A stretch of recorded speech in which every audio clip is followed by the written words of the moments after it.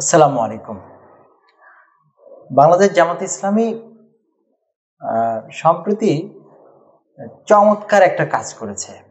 তারা নির্বাচনের জন্য যে ইস্তিহার ঘোষণা করবে, এই ইস্তিহারের মতামত নেওয়ার জন্য তারা একটা প্ল্যাটফর্ম তৈরি করেছে। আমরা জানি না সেই প্ল্যাটফর্ম কি, বিস্তারিত দেওয়া হয় নাই।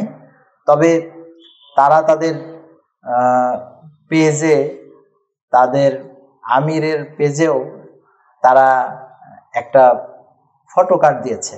ফটো কার্ডে এরকম লেখা আছে, আসছে জামাতের ইস্তেহার। আপনার একটি সুন্দর পরামর্শ বদলে দিতে পারে বাংলাদেশের আগামী। আপনার মতামতেই তৈরি হবে নির্বাচনের ইস্তেহার।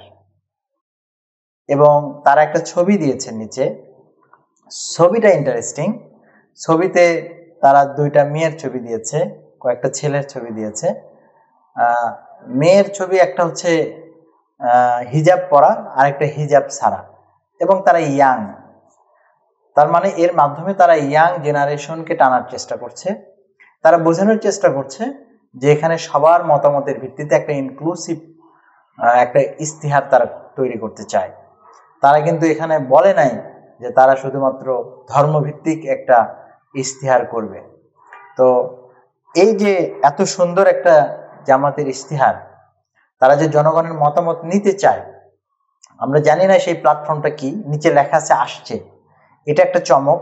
হয়তোবা তারা কোনো একটা ওপেন প্ল্যাটফর্ম তৈরি করে দিতে পারে, অ্যাপ দিতে পারে।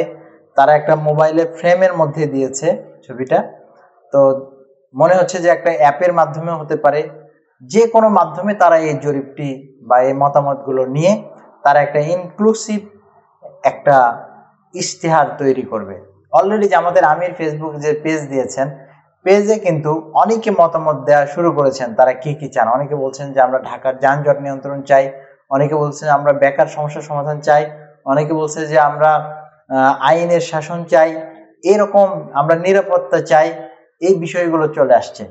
আমরা আগামীতে দেখতে চাই সেই প্ল্যাটফর্মটা কি, তখন আমরা এই বিষয়ে বিস্তারিত বর্ণনা করব। সবাইকে ধন্যবাদ।